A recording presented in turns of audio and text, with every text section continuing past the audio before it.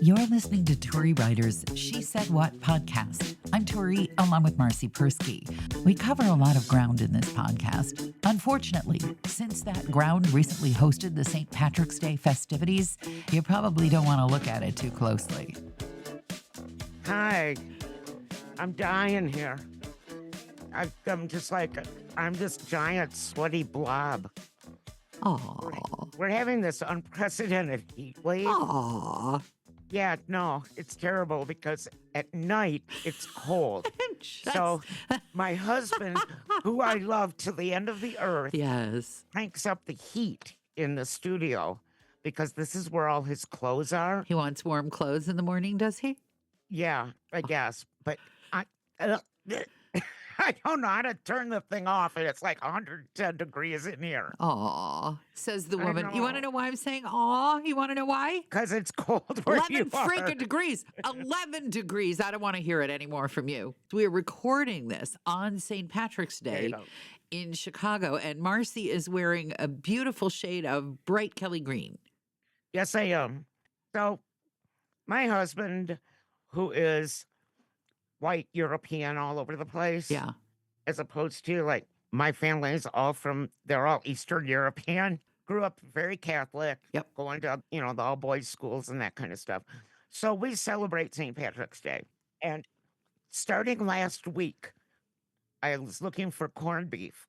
It comes already made and you just throw it in your crock pot for all Of day. course. What other kind would you use? Exactly. What Right. else would I do? Make it from scratch? Are Yeah. you kidding? I would make it from scratch, So- but you would Well, not. you would. No. I would not. That's correct.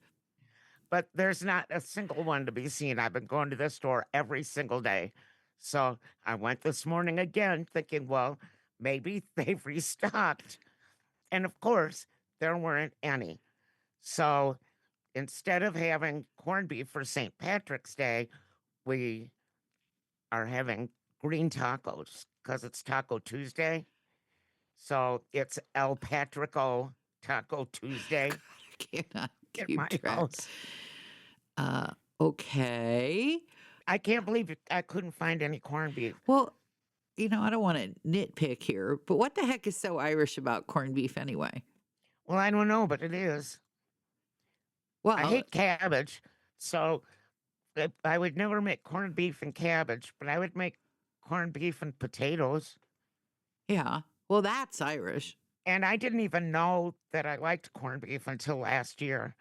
What, you 'Cause never went I to a never deli? tried You it. never went to like a deli and had a corned beef on rye? Nothing? No, never. Michigan. No. God It help sounds you. gross because corn and beef don't go together. Oh, for God's sakes. But my husband made me try it. I realized it's just brisket with different seasoning. That's correct. Anyway, But now I know that's- why do they call it corned beef? I mean, why not call it split peed beef? Why not call it? It makes no sense. You're right. Yeah. I'm shaking my head. Can you see stuff flying out of it? Sweat? Dust. What happened? It's fake springtime here. Yeah. So I decided it's time to do some fake spring cleaning. Uh-huh. And so, as you know, I'm vertically challenged. True. I'm not a little person. I'm a big little person. But so I was looking up at all the ceiling fans, which were disgusting because I never look up. Wait a minute. From the side that you look at when you're below them, they don't look disgusting. Yeah. All the yeah, disgusting they're stuff's all on the dusty. top of Well, them. We're up at 7,000 feet and there's no dirt. It's all cinders. Uh-huh. And cinder dust just blows everywhere, Okay. especially when you have windows open. Okay. But no, I usually don't look up because I'm short and why look up? But I saw all this dust. So I went and got the duster and stretched it out like by 5 feet to be Okay. able to reach. Yes. I don't know how people dust off their fans because every time I touched one of the wings or whatever you call them things, Blades. Those are blades. the blade, Yeah. the fan spun around. So it took me like 3 hours. So you're chasing. I have a vision now. There's a Yes. very, very, very politically incorrect and racist and awful book that we were given as Little children. black sandal. That's right. And anyone who is a certain age grew up with this, where Yes. it's just the most racist thing in the world. But I did not turn into little black syrup. Sambo runs around in a circle so fast that he turns himself into butter. And Yeah, I that's just right, butter. had this vision of you running around the fan so fast. We can call it Little Jew Marcy. Yeah, there you go. I had to, what I finally did was I found a stick Yes. and I had a big stick and then I had the giant duster thing. And when it started to move, Yeah. I'd slam it with the stick and make it stop. Oh, God. But because it was on the bottom and not the top, I'm just like so full of dust. You My got a mouth, face full of it? oh, my whole head, my shoulders, head and shoulders will not carry this dust. And there's like inches of it on the floor. So Oh, I get to God. go vacuum. And the couch, I'm just going to flip the covers. What a great job of cleaning you've done there. Mm-hmm. Oh, Hire me. I'm for sale. God. Only low hanging fans. I would hire you just to watch that. Yeah. I would It hire was you. exhausting. And the worst part of all of this, There's a part that's worse than getting your face full of dust as you chase a fan blade around your Yeah. dining room with a stick. I wasn't wearing my Apple Watch Oh, that so, yells at me every day to move around. so you didn't get any points for running I around. didn't get any points for running around in circles. And I probably went 3 miles. I did every single ceiling fan except the one in my bedroom because I don't want my bed full of dust. How about you just get up there with a vacuum and skip the part where you beat it into your face? Because I'm too short, I can't reach it. My Can't- vacuum doesn't have a tall enough Uh. sucker thing. I cannot judge. I had my spousal unit climb up on a miniature ladder to put a thing of rice on a high shelf. So I do not judge the short. Do not judge. Yeah, my husband has to do every top shelf chore that there is. I'm not. There's stuff that I probably don't even know that I have in the top shelves of my kitchen. Yeah. It's kind of an adventure once a year when I actually get up on a tall enough ladder to see what I've stashed up there. I get height sick, so I don't go up on ladders. Well, the worst is the home canning stuff where you just keep putting it way up high every year and you can kind of do like a Egyptian pyramid where they see what was buried with the dead for the afterlife. This is the hot pepper salsa that was made in case there'd been a famine 15 years ago. The one thing I know that's up there Yeah. is my waffle maker, which is in the shape of the demon from Kiss. So that What we is could the have Kiss waffles. What is the demon from? That would be Gene Simmons. Oh, character. that has to have been an internet purchase. Of course it was. A demon from Kiss waffle maker. Did Gene Simmons actually sign off on this? Is this an official? Oh, I don't know. Well, I'm kind of curious. It works. I I- just don't make waffles. Can't you just imagine Gene Simmons sitting at his desk in front of a pile of licensing agreements to sign? And here, sign this one. It's for a waffle maker shaped like your face. He signs and licenses everything. There's like Gene Simmons underpants, I'm sure. Maybe not Gene Simmons bras, but I'm sure that there's Kiss underpants somewhere in some Officially store. or knockoff from China? That's what I want to know. Officially. Really? Officially.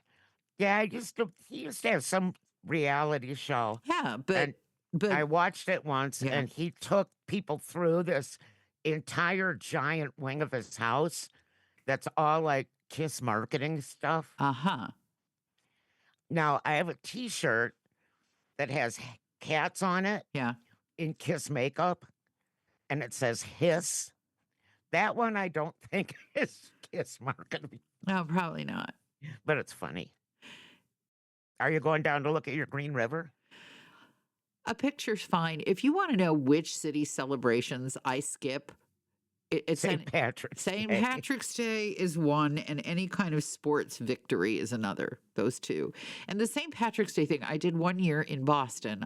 I had some date that was arranged for me, some nice Jewish guy I was supposedly going to like, and we decided to go to the St. Patrick's Day parade in South Boston, which is as big a deal as the one in Chicago, maybe bigger.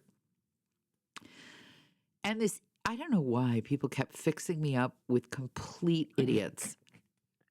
What was there something about me that said, as long as he's Jewish, he can be an absolute, complete, abject fool and you will date him? I don't understand it. This guy starts making fun of the drunken Irish at the St. Patrick's Day event in an Irish bar. Nice. Yeah, and I said to him, I really think you should pipe down. Oh, look how stupid, sloppy. And I bailed. I don't think I've ever actually bailed on a date in the middle of a date before, but I bailed. Did you say I'm going to the bathroom and climb out the window? I just said, you know what? I don't want to be here when the fighting starts. Nice meeting you. I'm not. I've never been a big St. Patrick's Day celebrator. I don't like beer. I think I'd probably like green beer even less. I don't drink whiskey. I know what the streets of Chicago look like. The river, the river is dyed green with vegetable dye, and the streets are dyed vomit. That's what the streets exactly. I didn't want to say the word vomit in case if anyone was listening, but yes, it's the worst night to be in Chicago. It is horrible. And I was always working, so I was looking down on Michigan Avenue from the 21st floor of the Stone Container Building, watching them dye the river and then watching people puke later on. And I remember having to wait to go home until, even though my shift ended at midnight, you don't want to I would wait till 2 a.m. to avoid the traffic and the vomit. You can't avoid the vomit. The vomit is everywhere in Chicago on St. Patrick's Day. It's bad. It's so bad. It looks like somebody dumped a McDonald's leprechaun shake down the entire length of Michigan Avenue. But it doesn't smell like mint, I'll tell you that right now. Have you ever had a McDonald's leprechaun shake? Decades ago. And it's minty? I believe that is the taste they're going for. It's not lime? Oh, I don't even remember. My memory's not that good. I mean, literally decades ago. But I think that where you live, they probably have those. Yeah, I don't generally like green things. Maybe I like spinach and asparagus. And that probably is like, that's it. Lettuce. Oh, yeah, I like lettuce. I don't Name another one. No, I don't think you eat broccoli.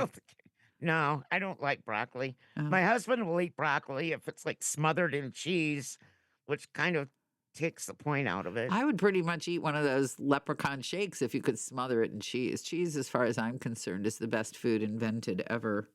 You and Frankie. Yeah, cheese is. I used to think chocolate was the best food invented, but I've decided it's cheese. I'm still on chocolate side. Sorry. Because you can't.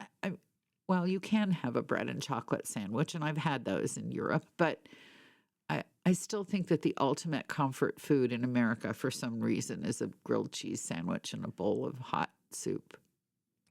We do grilled cheese and tomato soup a lot. See? My husband's a deadhead, so he makes really, really good grilled cheeses. What does that have to do with being a deadhead?